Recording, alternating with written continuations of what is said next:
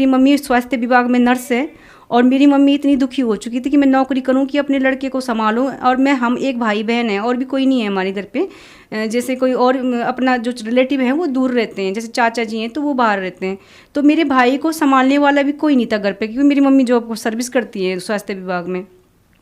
तो इस हालत इतनी ख़राब हो गई थी, तो सब ने किसी ने बोला कि इसको ना नशा मुक्ति केंद्र में डालो, तो वहाँ तो उसको कोई लाभ नहीं हुआ वहाँ पे। फिर वहाँ से हमने उसको दिल्ली में राम मनोहर लोहिया हॉस्पिटल में दिखाया। वहाँ भी वो 3-4 महीने रहा, उसका ट्रीटमेंट चला, लेकिन वहाँ भी ये था कि दवाई खाता था फिर सो जाता था। फिर वही हाल, बीड़ी दो, गुटखा दो, इधर चले जाना, कहीं भी चले जाना, उसके साथ ऐसे रहना पड़ता था कि कब कहाँ भाग जाए कुछ पता ही नहीं है। उसके बाद फिर 3-4 महीने रहा, उसके बाद उसको घर ले आए, फिर वही कंडीशन। फिर हमने हमारे चाचा जी रहते हैं यहाँ पे दिल्ली में, तो उन्होंने बोला कि लेडी हार्डिंग में दिखाओ, दिमागी हॉस्पिटल है वहाँ पे, तो वहाँ दिखाओ इसको।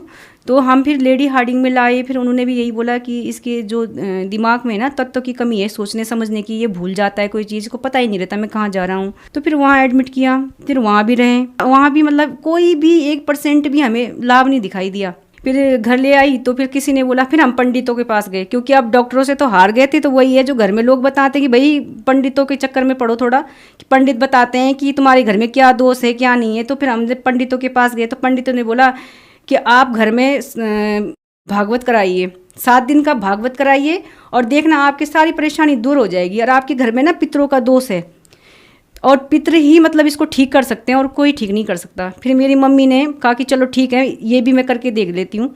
तो मेरी मम्मी ने भागवत कराया 7 दिन का, 7 पंडितों को बुलाया, बहुत अच्छे ढंग से, धूमधाम से, बहुत अच्छे, इतने ढंग से हुआ कि हमने 3-4 लाख रुपए खर्च कर दिए इस खुशी पे कि चलो मेरा भाई तो ठीक हो जाए। भागवत किया 7 दिन का, अच्छे से पंडितों की विदाई की। इतना पैसा खर्च करने के बाद भी हमें 1% का लाभ भी नहीं हुआ, जिसको बोलते हैं ना 1%, उसका भी हमें 1% लाभ नहीं हुआ। तो फिर हम ना नास्तिकता की तरफ चले गए कि भगवान होता तो ज़रूर सुनता हमारी, क्योंकि आज तक भगवान ने सुनी नहीं हमारी। इतना मतलब दुखी हो गए थे। दुखी होने के बाद फिर एक दिन मेरी मम्मी ने संत रामपाल जी महाराज का सत्संग सुना टीवी पे। तो मेरी मम्मी ने जब सत्संग सुना तो बोला कि ये कैसा ज्ञान है जो बोल रहे हैं कि ब्रह्मा विष्णु महेश तो संसार रूपी वृक्ष की शाखाएं हैं, ये पूर्ण परमात्मा और अविनाशी भगवान नहीं है। फिर मेरी मम्मी ने फ़ोन किया वहाँ पे कि मतलब ये कैसा ज्ञान है। फिर संत रामपाल जी महाराज के शिष्य भी जुड़े हुए थे, हमारे गांव के आसपास है उनका घर, तो उन्होंने बोला ये ऐसा ज्ञान है। और उनकी बेटी को भी तकलीफ होती थी, भूत प्रेत की बात थी। तो फिर मेरी मम्मी जुड़ी। फिर मेरी मम्मी ने कहा ठीक है मैं नाम ले लेती हूँ। फिर मेरी मम्मी ने नाम लिया संत रामपाल जी महाराज जी से। फिर उसको नाम दीक्षा हमने 2018 में दिलवाई। उसके बाद उसमें बहुत लाभ हुए, वो उसका नशा छूटा और वो जो उसका भागना था इधर उधर वो भी दूर हुआ। और वो भक्ति भी करता है, अपना जो पर्सनल काम भी नहीं करता था पहले, वो नहाना धोना जैसे होता है वो भी नहीं करता था, लेकिन उसके बाद उसने सारा काम करता था, मम्मी का कहना मानना, अपना दिनचर्या जो उसकी थी। और परमात्मा की कृपा से फिर मेरी मम्मी ने गाड़ी भी ली उसके लिए, संत रामपाल जी की दया से हमने फिर प्लॉट भी लिया दिल्ली में नजफगढ़ में 50 गज का। बहुत सारे लाभ हुए। चैन की जो कहते हैं ना कि चैन की रोटी खाई हमने 12 साल के बाद। हमने हंसना सीखा कि हंसना क्या होता है और चैन की रोटी खाना क्या होता है। ये हमारी ज़िंदगी का ये सबसे बड़ा लाभ है संत रामपाल जी महाराज की दया से। और अब उसमें बहुत ज़्यादा परिवर्तन ये भी है कि वो भक्ति भी करने लगा है, नशा भी छूट गया है उसका परमात्मा की कृपा से। और सुखी सुख है मेरे घर में। मेरी मम्मी के पैर में गांठें होती थी, नीचे चल नहीं पाती थी मेरी मम्मी। पैर में जो गांठें थी वो बचपन से थी और मेरी मम्मी ने सब जगह दिखाया लेकिन कोई लाभ नहीं हुआ। बोला, सब डॉक्टरों ने बोला ये तो बचपन से है आपकी, ये ठीक नहीं हो सकती है, इसमें तो आप ये कर सकते हो कि थोड़ा मतलब इसको सर्जरी करा सकते हो, इसकी सर्जरी कराने के बाद ये ठीक होगा। तो फिर मम्मी सोचती थी सर्जरी से पता नहीं क्या हो जाएगा पैर में। करती तो थी, कोशिश करा की भी थी एक बार तो, लेकिन उससे कोई लाभ नहीं हुआ, बिल्कुल भी 1% भी लाभ नहीं हुआ। और मेरी मम्मी के घुटने में भी दर्द होता था, सर में भी दर्द होता था। पूर्ण रूप से मेरी मम्मी बस में भी नहीं चढ़ पाती थी। जब मेरी मम्मी अपना मतलब हॉस्पिटल जाती थी, ड्यूटी पे जाती थी, चढ़ भी नहीं पाती थी बस में। और संत रामपाल जी महाराज जी से नाम दीक्षा लेने के बाद हमारे घर में जो सुख हुआ वो इतना सुख हुआ है, इतने लाभ हुए कि मैं बता नहीं सकती कि हे परमात्मा आप हमें पहले मिल गए होते तो हमको इतने दुखों का सामना नहीं करना पड़ता। और आज हम बहुत ही खुशहाल हैं, जैसे बोलते हैं कि अंदर बाहर दोनों घर में बहुत बरकत है हमारे घर में संत रामपाल जी महाराज की कृपा से। संत रामपाल जी महाराज से नाम दीक्षा लेने के बाद आपको बहुत सारे लाभ प्राप्त हुए।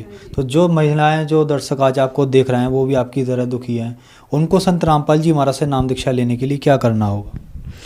संत रामपाल जी महाराज जी के नाम दीक्षा लेने के लिए चैनल पे सत्संग आता है, उसमें पीली पट्टी आती है नीचे, उसमें जो आश्रम के नंबर है आप उन पे कांटेक्ट कर सकते हैं। उन नंबर्स को लेके आप उनको कॉल कर सकते हैं और बता सकते हैं जो भी आपकी प्रॉब्लम है। नाम दीक्षा लेने से पहले आप सबसे पहले ज्ञान समझिए। अगर संत रामपाल जी महाराज का आप ज्ञान समझ जाओगे तो आपको पता चल जाएगा कि ये इनका ज्ञान कैसा है, ये कैसी भक्ति विधि बताते हैं जो शास्त्रों से प्रमाणित, से भी प्रमाणित ज्ञान है। शास्त्रों में जो प्रमाणित ज्ञान है उसी अनुसार ये भक्ति विधि बता रहे हैं।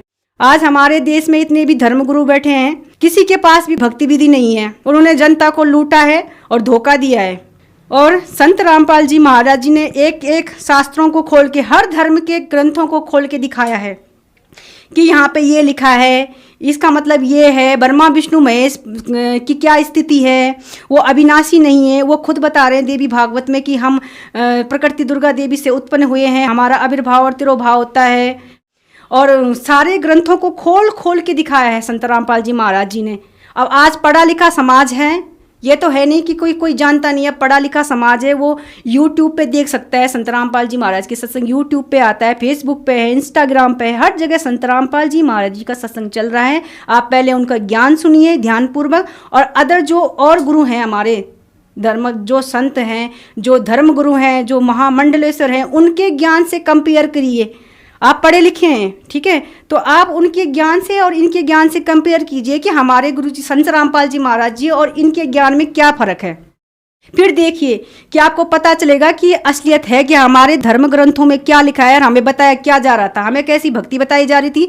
और उस भक्ति को करने के बाद हमारे पूर्वज भूत योनि में जाते हैं, पितृयोनि भूत योनि में जाते हैं, फिर हमको परेशान करते हैं और फिर वही पंडित हमको घुमा फिरा के उसी चीज़ में लगे रहते हैं, ये कर दो वो कर दो। क्योंकि हम तो भुगत चुके हैं इसको 12-15 साल से बहुत ज़्यादा, क्योंकि हमने इतना पैसा बर्बाद किया है इन पंडितों के चक्कर में और इन पूजाओं के चक्कर में कि अब हमने कान पकड़ लिए हैं कि हमको तो भगवान ने दे दिया है सच्चा ज्ञान। संत रामपाल जी महाराज जी ने पूर्ण रूप से ज्ञान दे दिया है। इस विश्व में, इस संसार में संत रामपाल जी महाराज के बराबर कोई तत्वदर्शी संत नहीं है और उनके बराबर ज्ञान देने वाला गुरु भी नहीं है। तो यही मैं भगत समाज को विनम्र निवेदन करके प्रार्थना करती हूँ कि आप संत रामपाल जी महाराज का ज्ञान सुने। आप देखिए तो सही उनका ज्ञान कैसा है। उनकी पुस्तक पढ़िए, जीने की राह, गीता तेरा ज्ञान अमृत, ज्ञान गंगा, ये पुस्तक आप ऑर्डर कर सकते हैं। जो पीली पट्टी आती है उस पर कॉन्टेक्ट नंबर है, आप अपने लिए फ्री पुस्तक भी मंगा सकते हैं अपने घर पे, और वो पुस्तक को आप पढ़िए, उस ज्ञान को देखिए। आपके घर में देखना कितना लाभ होगा, आपके घर में कलेश नहीं होगा। सबसे पहले तो ये पता चलेगा कि हम इस संसार में आए क्यों थे, और आए हैं तो फिर हम जाएंगे क्यों, और जाना था तो जाना कहाँ था, हैं जाना था तो हमने कहाँ जाना था, हम कहाँ से आए हैं और हम मरने के बाद कहाँ जाते हैं। इस ज्ञान और इस गूढ़ रहस्य को केवल संत रामपाल जी महाराज ने दिया है और किसी धर्मगुरु ने नहीं दिया है। धन्यवाद जी।